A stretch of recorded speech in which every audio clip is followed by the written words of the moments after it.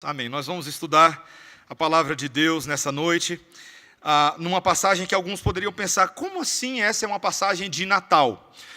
Antes que você pense dessa forma, eu quero te ajudar a pensar que toda a Bíblia é sobre Jesus. Antes que você sequer caia na armadilha de falar assim, como a gente pode pregar o Natal nos Salmos, Esdras, Crônicas, você pode pregar o Natal de qualquer passagem. Porque se toda a Bíblia de fato é sobre o Senhor Jesus Cristo, há algo a respeito da sua obra que nós podemos aprender e edificar e transformar os nossos corações. E é isso que nós faremos hoje à noite a partir do Salmo, capítulo 2, versículo 1 até o versículo 12. Eu espero que este salmo para você, se já era especial ou se não era, que se torne ainda mais especial a partir da mensagem que ele nos traz. Salmo 2, versículos 1 a 12. A palavra do Senhor diz assim: Por que se enfurecem os gentios e os povos imaginam coisas vãs? Os reis da terra se levantam e os príncipes conspiram contra o Senhor e contra o seu ungido, dizendo: rompamos os seus laços e sacudamos de nós as suas algemas. Ri-se aquele que habita nos céus. O Senhor zomba deles. Na sua ira, a seu tempo, lhes há de falar, e no seu furor os confundirá. Eu, porém, constituí o meu rei sobre o meu santo monte Sião. Proclamarei o decreto do Senhor. Ele me disse: tu és meu filho, eu hoje te gerei. Pede-me, e eu te darei as nações por herança, e as extremidades da terra por tua possessão. Com vara de ferro as regerás, e as despedaçarás como um vaso de oleiro. Agora, pois, ó reis, sede prudentes, deixai-vos advertir, juízes da terra, servi ao Senhor com temor, e alegrai-vos nele com tremor.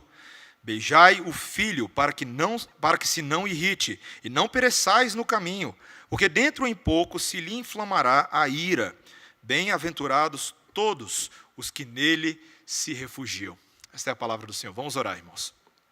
Senhor, queremos te agradecer, porque a tua palavra nos fala sobre Natal, nos fala sobre toda a obra do Senhor e queremos aprender mais dela. Dá-nos graça nessa noite por meio do teu Santo Espírito, para que assim possamos compreendê-la em nome de Jesus. Amém. Desde que eu me tornei pai, uma categoria nova se descortinou diante dos meus olhos. O fato de que brinquedos que as crianças usam têm classificação etária. Você sabia disso? Não é apenas o filme que você vai assistir no cinema que tem classificação. Tem alguns pais que já olharam uns para os outros, aí os que estão, as gestantes aí já olharam, viu? Não pode comprar qualquer brinquedo. É verdade. Você não pode comprar qualquer brinquedo. A minha filha só tem 1 ano e 5 meses por enquanto, mas hoje, enquanto estávamos almoçando na casa de irmãos amados, ela estava brincando com uma massinha, certo? E aí eu, sem querer, peguei o pote da massinha e falo, abaixo de 0 a 3 anos não pode brincar, ou pelo menos não é recomendado. Estava lá ela quase comendo a massinha, né? E o povo achando que ela ia morrer, aí estava lá falando assim, a base de amido, não é tóxica. Aí eu fiquei um pouco mais aliviado. Mas, irmãos, é verdade. Brinquedos têm a sua faixa etária, e nós sabemos que crianças não devem brincar com brinquedos de adultos, não é verdade? Com aquele Blu-ray que você acabou de comprar. Ela não deve brincar com itens da cozinha pontiagudos, não é, mamãe? Não pode deixar chegar perto do forno, ou qualquer outro tipo de brinquedo que você possa imaginar que são os brinquedos do mundo dos adultos. Na hora certa vai chegar a hora delas, e elas, enfim, vão poder manusear esses brinquedos. Mas, meus irmãos, nesse texto que nós lemos hoje, nós lemos uma passagem que aponta para uma verdade bíblica que é difícil da gente imaginar. Uma criança que ganhou um brinquedo muito sério. Muito sério. Ela ganhou um cetro. Um cetro. Se você sabe bem o que é um cetro é aquele bastão, aquela espécie de cajado, que simboliza o poder de um rei. E esse tipo de coisa não é dado na mão de qualquer criança. Quantas vezes você já viu por aí uma criança com o cetro do presidente da República? Você não vê isso normalmente.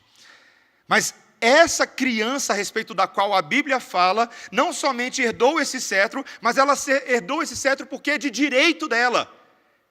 Ela pode sim brincar com este objeto, porque somente ela pode fazê-lo. Somente ela tem autoridade nos céus e na terra para exercer juízo e autoridade por meio deste cetro. O Salmo de número 2, o Salmo 2, ele é um salmo altamente messiânico, porque ele aponta para essa obra do Messias. Um Messias que não é somente um Salvador, como se isso já não fosse muita coisa, mas ele também é rei.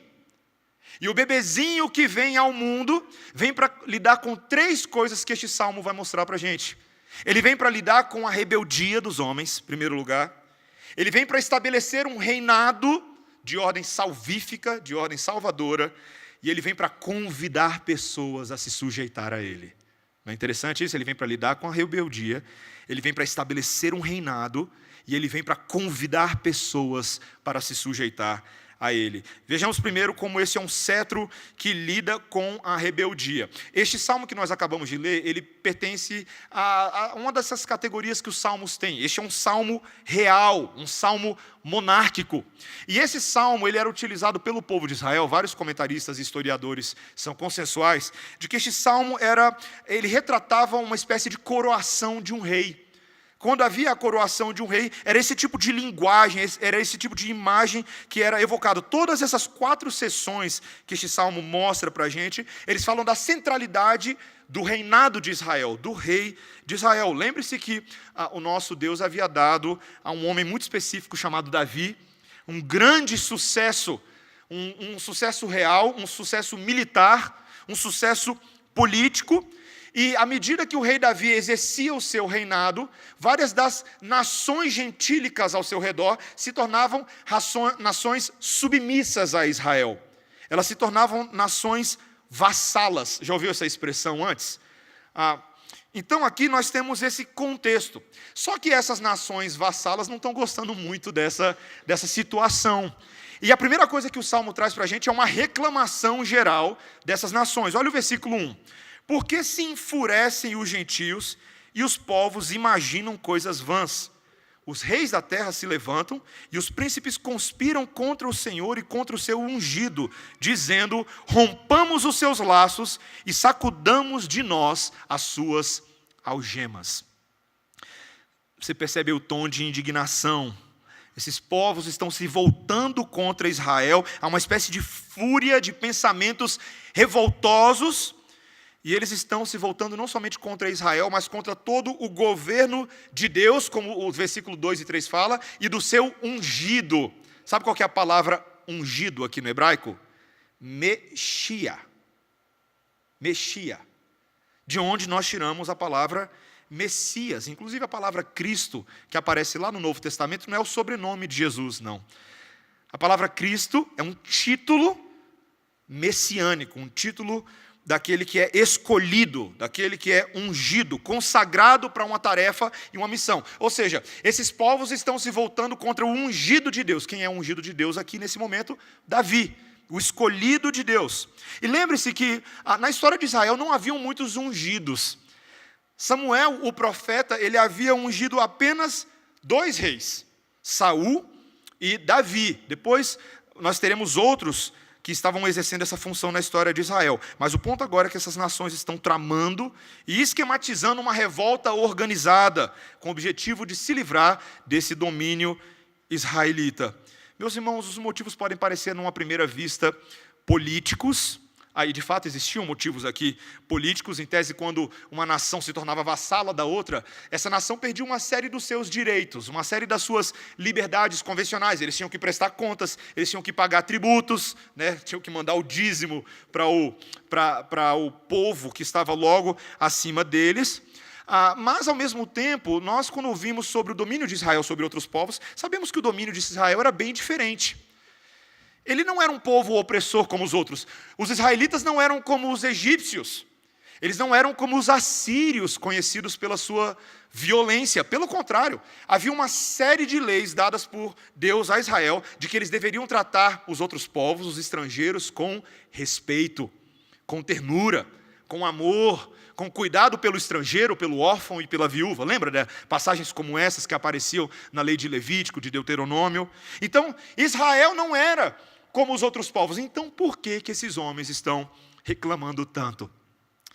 Todo o livro de Salmos, todos os outros 148 capítulos de Salmo, vão deixar bem claro que os motivos são espirituais. Esse povo não respeitava o Deus de Israel. Esse povo não tinha nenhum temor por este Deus. Pelo contrário, eles tinham seus próprios deuses, seus próprios ídolos. E assim eles se voltavam contra Deus, eles se voltavam contra o rei que Deus escolheu, como nós estudamos tão abundantemente no Salmo 119, nos cultos pela manhã. E é uma rebelião de ordem teológica. E aqui no caso, Davi é o foco, meus irmãos, desses ataques. É uma espécie assim de mexeu com o ungido de Deus, mexeu com Deus. Os versos estão tratando aqui desse imediatismo que permeia todo o Salmo. Quando a gente chega lá no Novo Testamento, eu e vocês lemos vários textos hoje aqui, nós percebemos que é muito comum essa história de reis se rebelando contra o verdadeiro rei. Quando Jesus nasce, chega a notícia no ouvido de um tetrarca que não gosta muito da notícia. Qual que é o nome dele? Herodes. Ele não gostou nem um pouco. E Herodes faz uma coisa interessante. Ele lê na cartilha de Faraó no Egito e decide fazer a mesma coisa que Faraó havia feito lá no passado com o povo de Israel. O que ele manda fazer? Caçar as criancinhas. Caçar as criancinhas. Ele não queria saber de nenhum outro rei que estivesse ocupando o seu espaço. E olha que o bebê nem tinha nascido direito, gente. Já estava lá Herodes, o manda-chuva, cortando qualquer mal pela raiz aos olhos dele. Meus irmãos, a história se repete. Essa história dos reinados do mundo se voltando contra o reinado divino tem sido a história da humanidade desde que o povo é povo, desde que gente é gente. Quando eu e você hoje olhamos de arquibancada o que está acontecendo no nosso mundo, a quantidade de nações nos últimos 50, 60 anos que têm abertamente se oposto ao cristianismo, isso nos faz pensar que essa é uma característica do mundo. Estava conversando com um colega que me perguntou, e de forma muito sincera, que mal eu via no comunismo, que mal eu via no marxismo. Por que será que os cristãos se opunham ao marxismo? Eu falei assim, olha, para início de conversa, não são os cristãos que se opõem ao marxismo, é o marxismo que abertamente se opõe a Deus. Se você já leu e conhece um pouquinho da história de Karl Marx, você sabe que o marxismo autêntico de Marx sempre odiou e sempre odiará o cristianismo. E se não puder pervertê-lo, vai ter que matar o cristianismo. Não é à toa que em inúmeras nações que abraçaram o comunismo na década de 50, 60 e 70, nós temos uma perseguição institucional contra os cristãos, da parte do governo. Uma perseguição, você pode olhar para países como Coreia do Norte, como Cuba, como China e outros, e é exatamente isso que tem acontecido sistematicamente, uma política anticristã. Não se iluda, o marxismo ele não é apenas um sistema de economia que funcione, uma doutrina política, é uma visão de mundo de um governo totalitário que propõe uma redenção de humanidade sem Deus. Redenção da humanidade sem Deus. Ateísmo no lugar de teísmo. O tal materialismo dialético no lugar da providência divina. O homem no marxismo não é visto como imagem de Deus. Ele é um primata evoluído, feito para trabalhar. O pecado, qual que é o grande pecado do marxismo? É a propriedade privada. E, portanto, você precisa eliminar, porque qualquer coisa que lida com isso é opressão social. Quem aplica a redenção não é a igreja, não é a palavra, é um proletariado através de um Estado redentor, e ele tem a sua própria visão, como alguns hoje até comentam, Marx tinha a sua própria visão de novos céus e nova terra. Um mundo comunista sem Estado, onde todas as injustiças desapareceriam, todo conflito se transformaria em harmonia.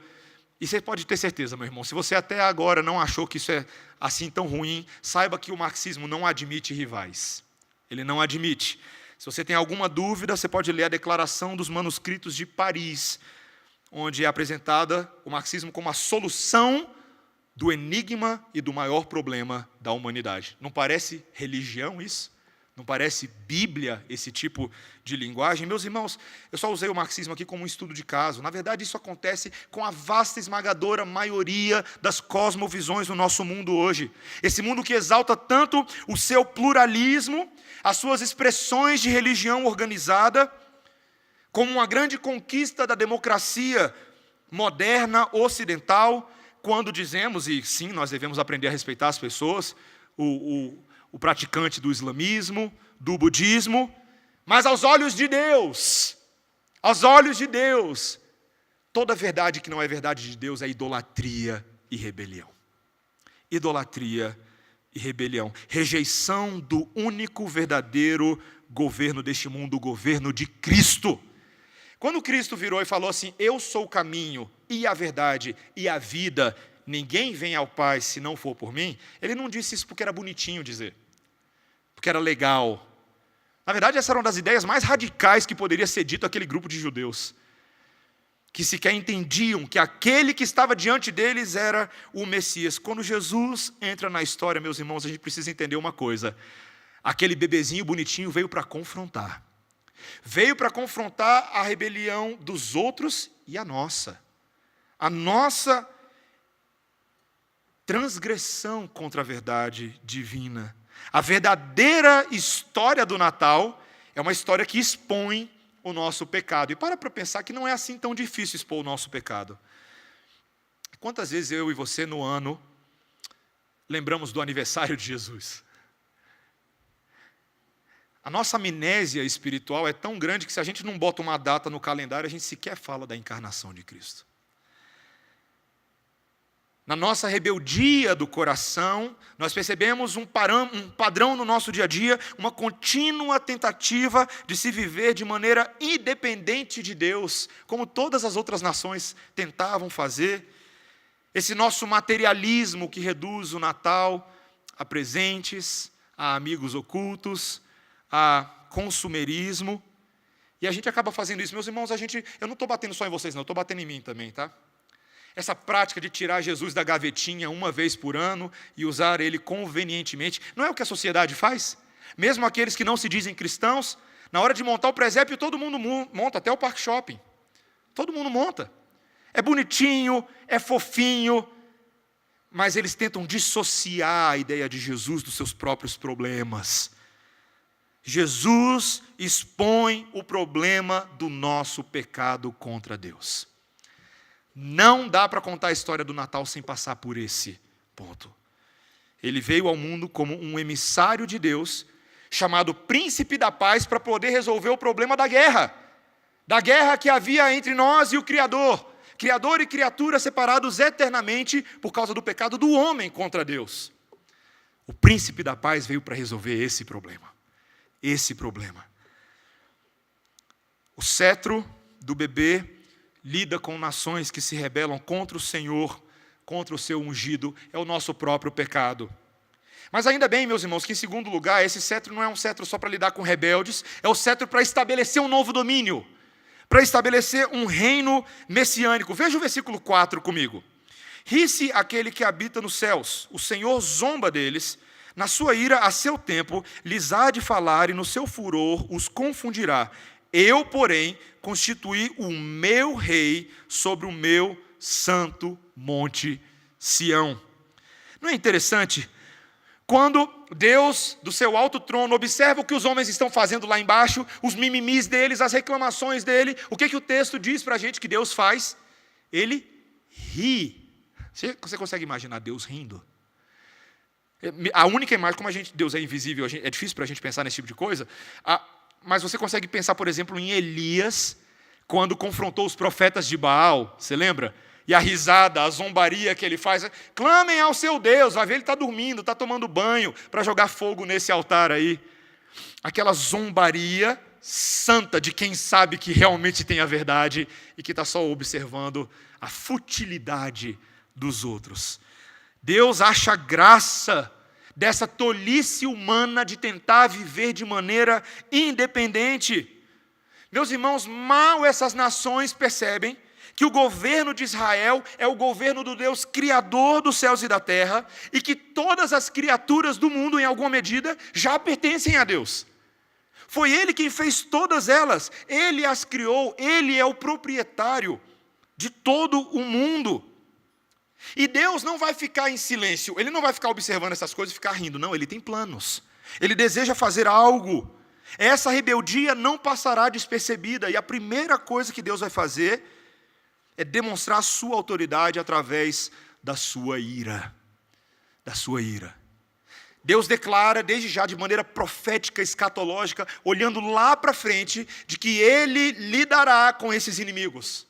Ele lidará com esses rebeldes. E não se engane, meus irmãos, quando a gente para pensar que talvez Deus esteja tardando um pouco para lidar com a injustiça desse mundo, lembre-se de todas as vezes que Deus já fez isso.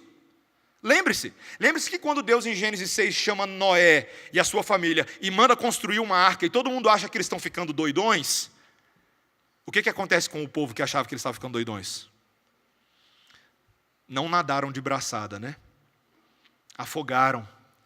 E eu fico imaginando uma cena que vem muito ao meu coração, não está ali realmente descrito na palavra de Deus, mas eu fico tentando imaginar Noé e sua família dentro do barco, ouvindo os gritos do povo lá do lado de fora, daqueles que se afogavam.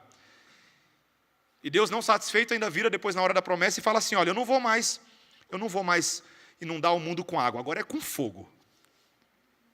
Quando você lembra de Sodoma e Gomorra, quando você lembra das 10 pragas no Egito, quando você lembra da maneira como Deus fez cair no deserto cada um dos inimigos que perseguiram os israelitas, nós temos a convicção, meus irmãos, de que Deus tem lidado com seus inimigos há muito tempo. Há muito tempo. E isso nos dá uma confiança. Essas prévias do juízo de Deus, essas prévias da vingança de Deus, significam que Deus está no perfeito controle. E ele confirma isso no versículo 6. Olha o que ele diz no versículo 6.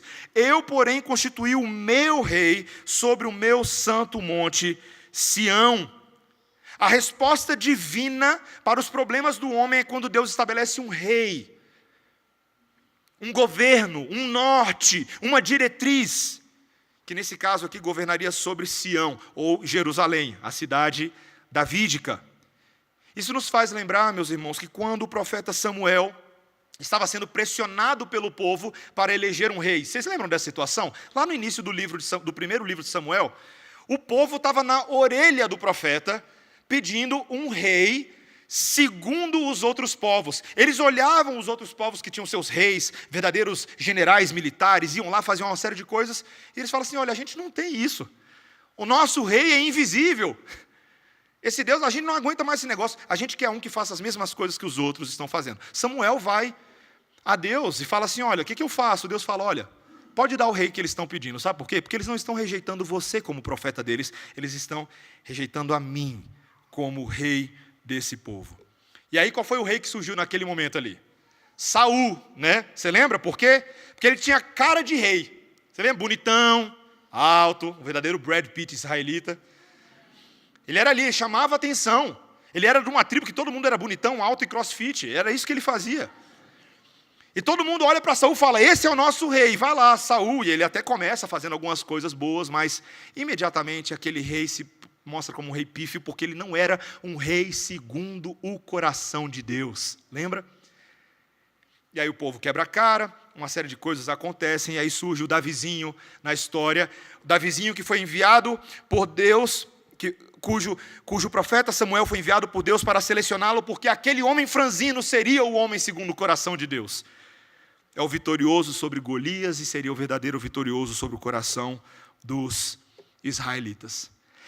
Sabe o que é mais interessante, meus irmãos? Quando eu e você achamos que Davi é a cereja do bolo, não tem como ser melhor do que ele, as promessas que aparecem no segundo livro de Samuel falam sobre alguém maior do que Davi. Alguém melhor do que Davi, alguém mais poderoso do que Davi. Talvez num primeiro momento na leitura a gente fique achando que é Salomão, que vem logo em sequência, não é verdade? Salomão é o segundo, ele vai ser bastante rico, vai fazer bastante coisa.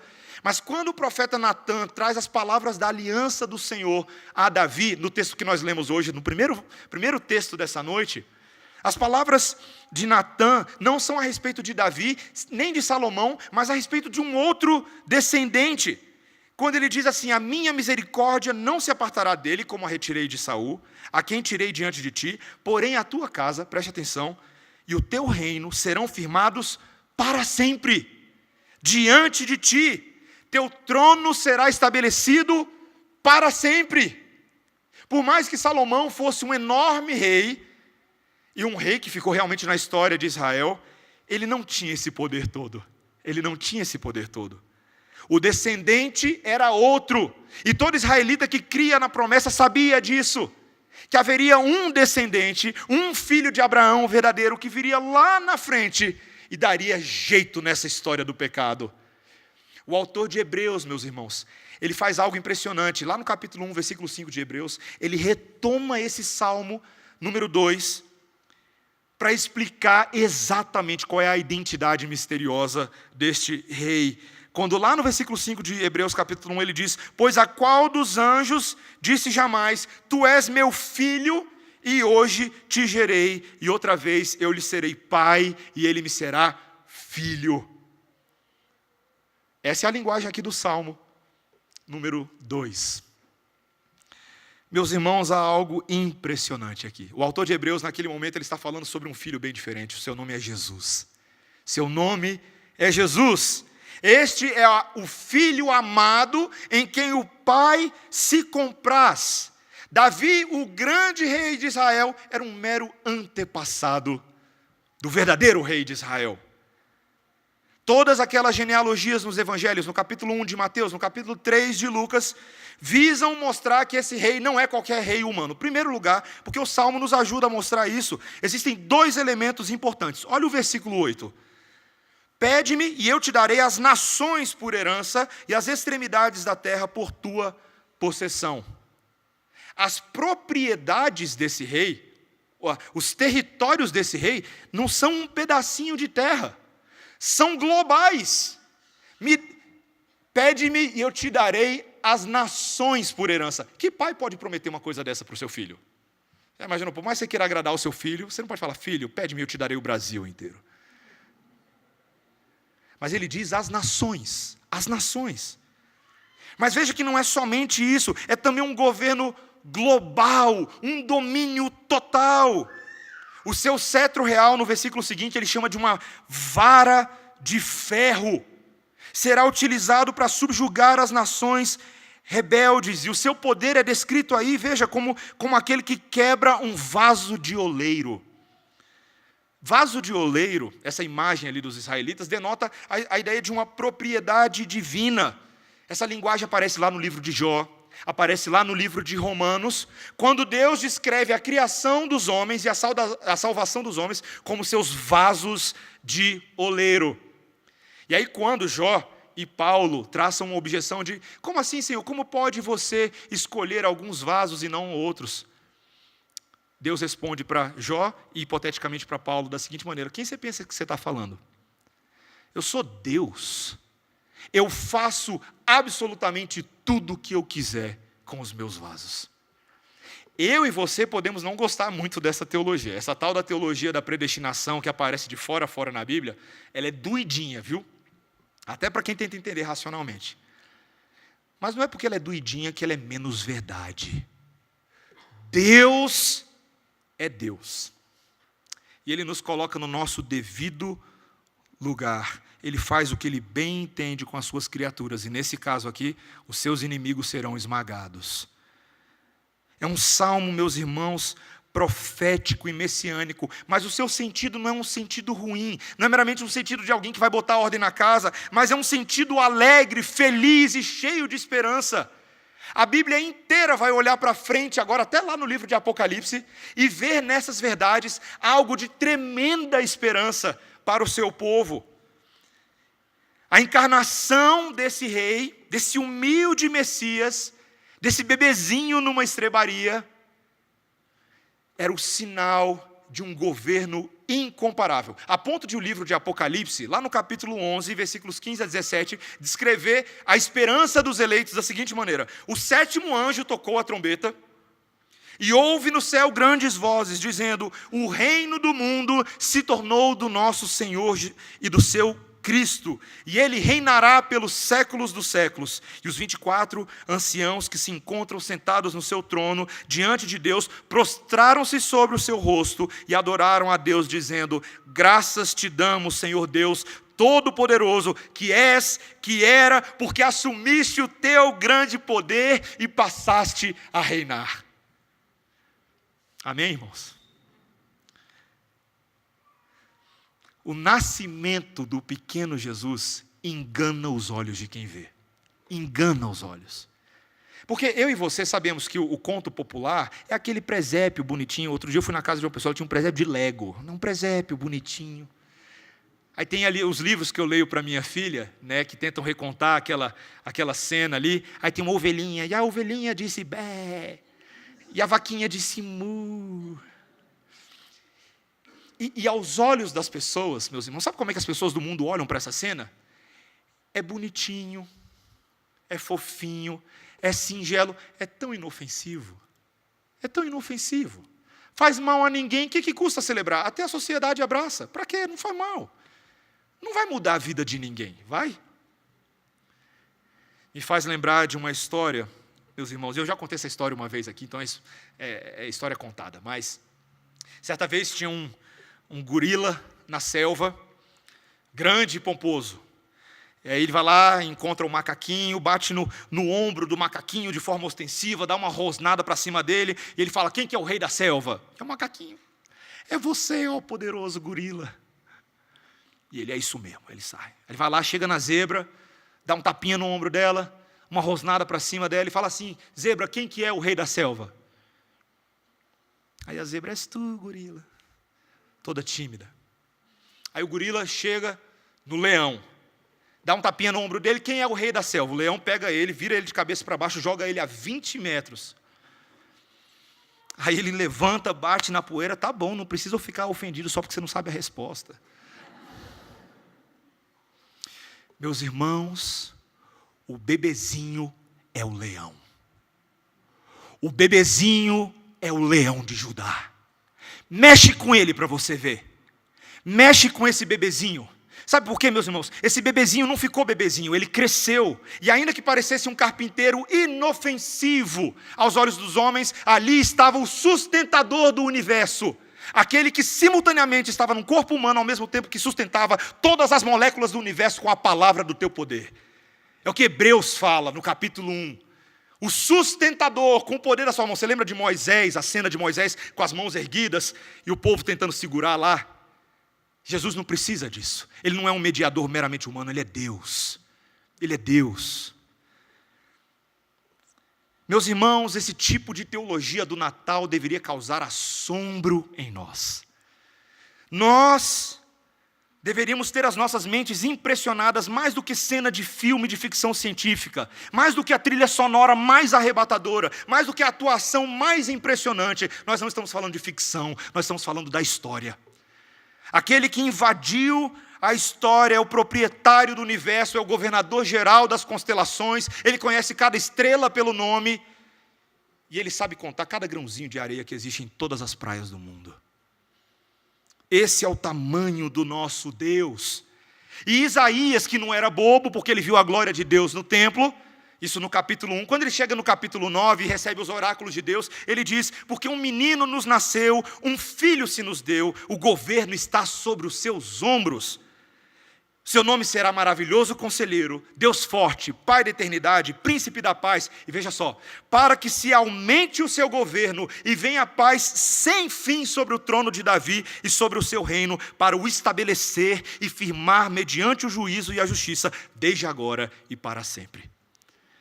Que gloriosa promessa, meus irmãos.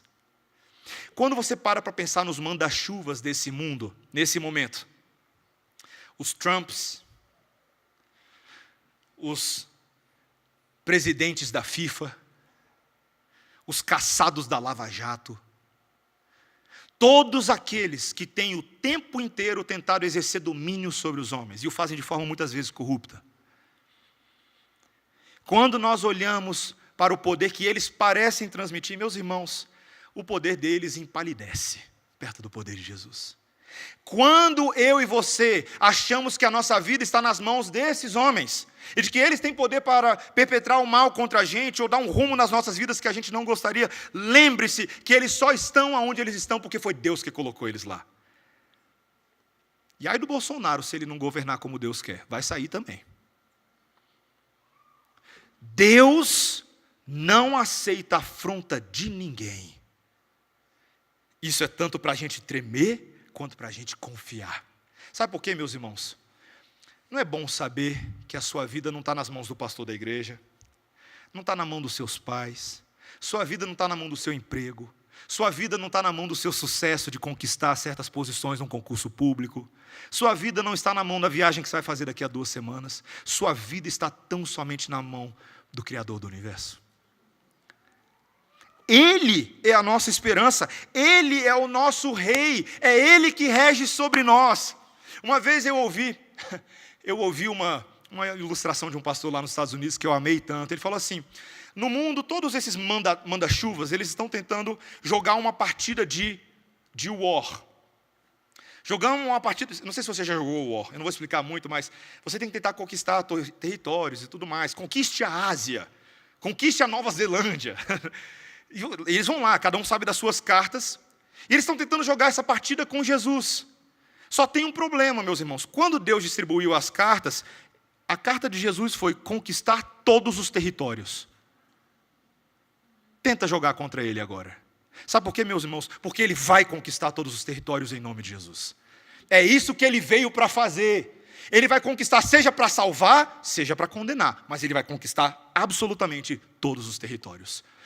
Abraham Kuyper, teólogo holandês, disse: não há absolutamente uma única esfera desse mundo na qual o Senhor Jesus Cristo não coloque o seu dedo e não diga: é meu, é meu. Meus irmãos, nós não precisamos nos decepcionar, podemos estar nessa noite perfeitamente encorajados, mesmo em face da perseguição. Nós temos vivido dias difíceis. Dizer abertamente que você é um cristão, veja, não um evangélico, tá? Um cristão, um crente em Cristo Jesus, porque tem muito evangélico vagabundo por aí. Dizer que você é um cristão não tem sido fácil hoje em dia. É muito exclusivo, é muito cabeça fechada. E a perseguição rapidamente aparece dentro de casa, na escola, no trabalho. Nós ouvimos de perseguições maiores dos nossos irmãos que nesse momento são igreja perseguida em várias partes do mundo. Mas esse texto nos lembra, meus irmãos, algo impressionante. Ainda que alguns tentem tirar o nosso fôlego e a energia da igreja do Senhor, ela prevalecerá contra as portas do inferno. Ela prevalecerá. Ela tem prevalecido e ela prevalecerá. O Senhor estabelece um reinado sobre os nossos corações. Eu vou te fazer uma pergunta muito simples. O Senhor Jesus Cristo tem reinado no seu coração hoje? Quando a gente fala sobre ter temor do Senhor, que todo mundo fala, temor do Senhor é o princípio da sabedoria. Você teme ao Senhor? Esse Senhor Jesus Cristo que nos salva, também é o Rei que nos governa. É Ele que tem determinado as diretrizes da sua vida. O cetro dele é um cajado também, você já parou para pensar nisso? Ele pega essas ovelhinhas que ficam andando de aprisco para aprisco, ele fala, para cá, tum, tum, tum, na cabeça, para cá, tum, tum, tum. Você tem se permitido ser uma ovelha dócil e que vai para onde o seu pastor manda? Ou você passou esse ano de 2018 batendo cabeça? Eu não quero o reino de Jesus, eu quero o meu reino. Aí você vai lá e quebra a cara vez após vez, porque é só isso que dá. Meus irmãos, o Senhor Jesus Cristo, em último lugar, nos convida a uma sujeição. Ele convida que todos se sujeitem. Olha o que ele diz nos últimos versículos. Acompanhe comigo a leitura do versículo 10, 11 e 12. Agora, pois, ó reis, sede prudentes, deixai-vos advertir juízes da terra, servi ao Senhor com temor e alegrai-vos nele com tremor. Beijai o filho para que não se irrite e não pereçais no caminho, porque dentro de pouco se lhe inflamará a ira. Bem-aventurados todos os que nele se refugiam. Meus irmãos, quando a palavra de Deus fala tudo isso, ela termina esses versos nos convocando a uma resposta. No caso aqui, a resposta dos reis. Qual é a melhor reação diante da magnificência de alguém que é o Todo-Poderoso, o Todo-Impressionante? Uma série de imperativos são dados aqui. Sede prudentes, deixai-vos advertir, são alertas. Há um incentivo, servi ao Senhor, alegrai-vos no Senhor. Há uma submissão aqui. Beijai o filho. Que expressão engraçada, né? Eu confesso que a primeira vez que eu li o Salmo 2, que eu me lembro de uma leitura bem feita nela, quando eu li essa parte, eu falei, não entendi nada. Que negócio é esse de beijar o filho? Esse era um ato cultural, quando você beija alguém, não é apenas porque você fala, oh, legal. O beijo, ele era um ato de submissão. Um ato simbólico de que eu confiro respeito, reconheço a autoridade e demonstro isso, inclusive, aqui de forma religiosa. O rei davídico, quando ele foi coroado, ele recebeu da parte de outros reis um beijo. Ele recebeu da parte dos seus súditos, dos seus generais, dos seus coronéis, um beijo. Só que aqui nós não estamos falando do rei Davi, nós estamos falando do filho que é o juiz de toda a terra. Sua ira será manifesta no tempo apropriado, e ele julgará e condenará todos os seus inimigos. Vai chegar a hora do acerto de contas, meus irmãos.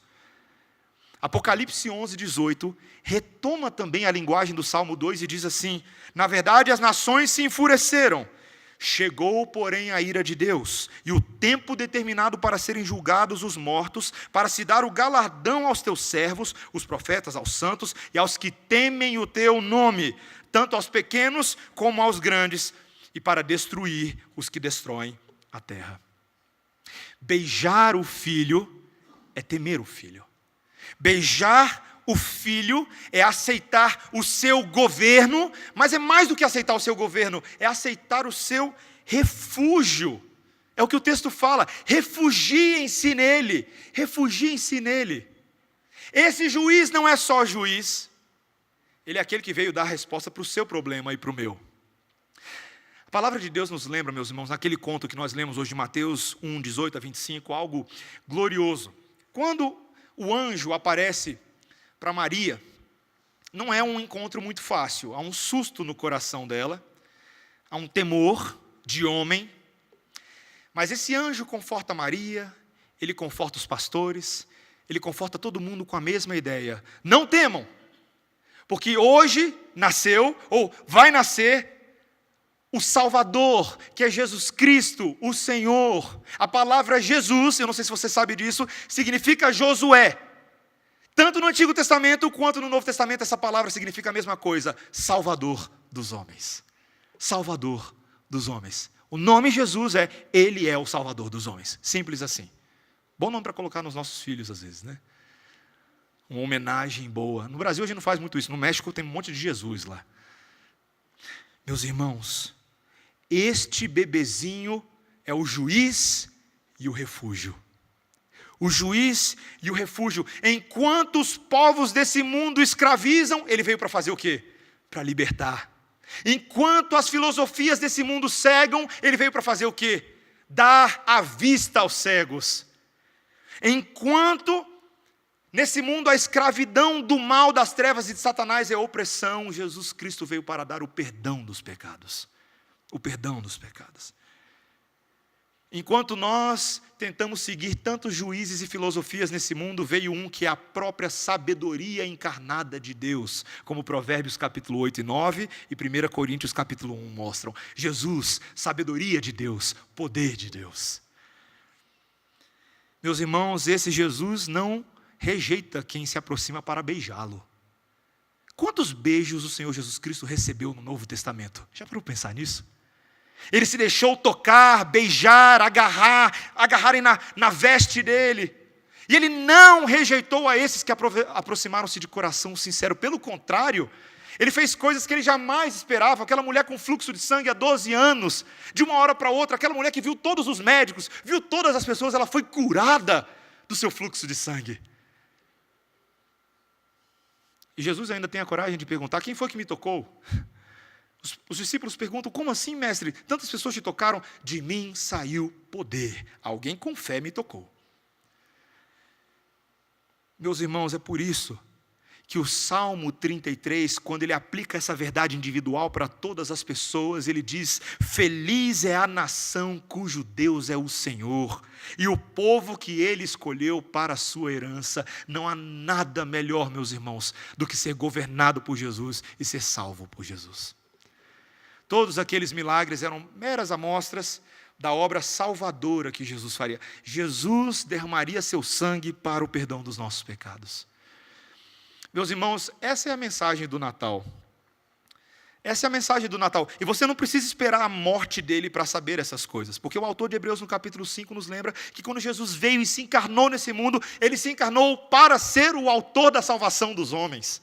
Ele veio para fazer isso. Essa é a sua obra. Esse é o Messias. Ele não é um mero representante político dos judeus. Ele não é um mero fazedor de milagres. Ele é o Salvador dos homens. João, em Apocalipse, capítulo 1, diz: grandes e admiráveis são as tuas obras, Senhor Deus Todo-Poderoso, justos e verdadeiros são os teus caminhos, ó Rei das nações. Quem não temerá e não glorificará o teu nome, ó Senhor, pois só tu és santo. Por isso todas as nações virão e adorarão diante de ti, porque os teus atos de justiça se fizeram manifestos. Está no capítulo 15 de Apocalipse. Conta uma história verídica que uma vez os nobres da Inglaterra foram receber naquele dia específico a visita do rei da Grã-Bretanha. E ele era um rei diferenciado, porque ele não tratava os seus súditos de uma maneira distante, pelo contrário, ele era amigo de muitos deles, ele fazia parte da trupe antes de ser coroado. E quando eles recebem a visita desse rei, eles solenemente se colocam de pé naquela sala, mas o rei vira para eles e fala: por favor, se assentem, nobres senhores, eu reputo vocês como meus amigos queridos. E depois ele acrescentou ali, num tom bom-humorado: eu não sou o Senhor. E apontou para cima. E um dos súditos ali, um dos nobres, vira para ele e diz: disseste bem, meu rei, você não é o Senhor. Porque se você fosse o Senhor, nós não teríamos nos colocado de pé, e sim de joelhos. Na presença de Jesus, ninguém vai ficar de pé. Ninguém. Você sabe por que eu e você somos incentivados a de vez em quando a gente orar de joelhos? É para a gente lembrar, meus irmãos, que essa é a posição na presença do Rei do Universo. Todo joelho se dobrará. Toda língua confessará que Jesus é o Senhor. É bom começar a treinar agora, não é? E eu tenho dificuldade, às vezes, de ficar de joelho, dói meu joelho. Mas você não vai ter opção. Às vezes os seus olhos sequer vão ter coragem de contemplar o Mestre, quando talvez nos lembrarmos da quantidade de pecados que são contra nós. Meus irmãos, eu não sei se você tem essa experiência, mas às vezes quando eu olho para dentro do meu coração, e eu paro para pensar quem eu realmente sou, tem orações minhas que não passam de Senhor, tem misericórdia de mim. Eu tenho lembretes de orações inteiras, nas quais eu não conseguia dizer uma única palavra, senão: Senhor, tem misericórdia de mim. Mas graças a Deus que o nosso Senhor Jesus Cristo também é nosso amigo. Ele erguerá os nossos queixos, Ele nos dará a mão, como Ele fez com Pedro quando estava afundando nas águas. E Ele falará: vinde benditos do meu Pai, esse é o vosso reino. Eu morri pelos vossos pecados. Eu morri pelos vossos pecados. Esse é o nosso Rei, meus irmãos. Esse é o nosso Rei.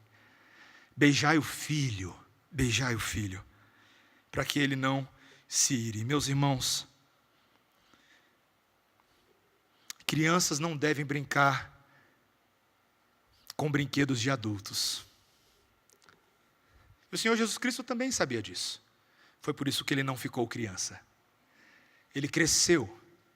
E aquele cetro é o cetro de um homem formado em carne e osso, verdadeiro Deus, verdadeiro homem. Morto aos olhos dos homens, ressurreto para aqueles que o viram, subiu em glória e voltará do mesmo jeito, porque foi isso que os anjos dos portais das nuvens falaram. Aquele que subiu voltará para reinar. Natal, meus irmãos, é esperar com expectativa a volta de Jesus.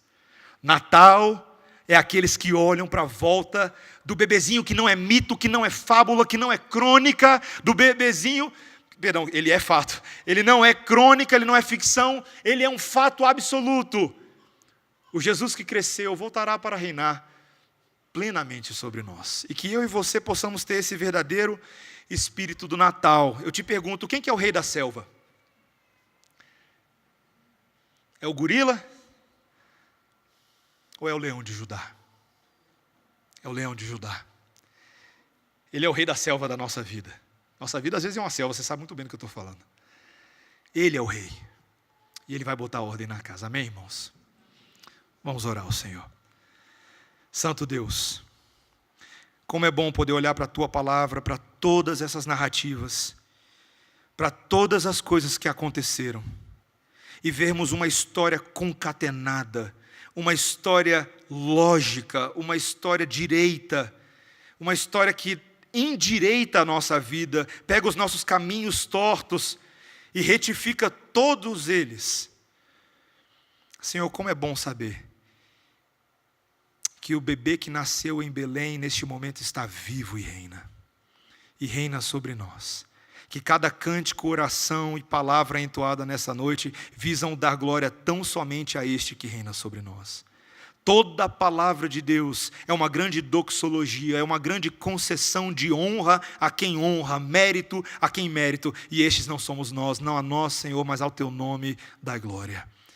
Senhor, que o Natal, em nome de Jesus, não fique perdido para nós no dia 25.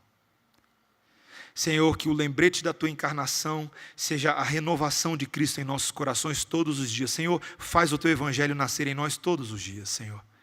Faz essa verdade nascer em nossos corações todos os dias. Para que nos lembremos que nascidos contigo, também morremos contigo e viveremos contigo eternamente. É a nossa oração em nome de Jesus. Amém. Irmãos, vamos ficar de pé, vamos cantar o nosso último cântico.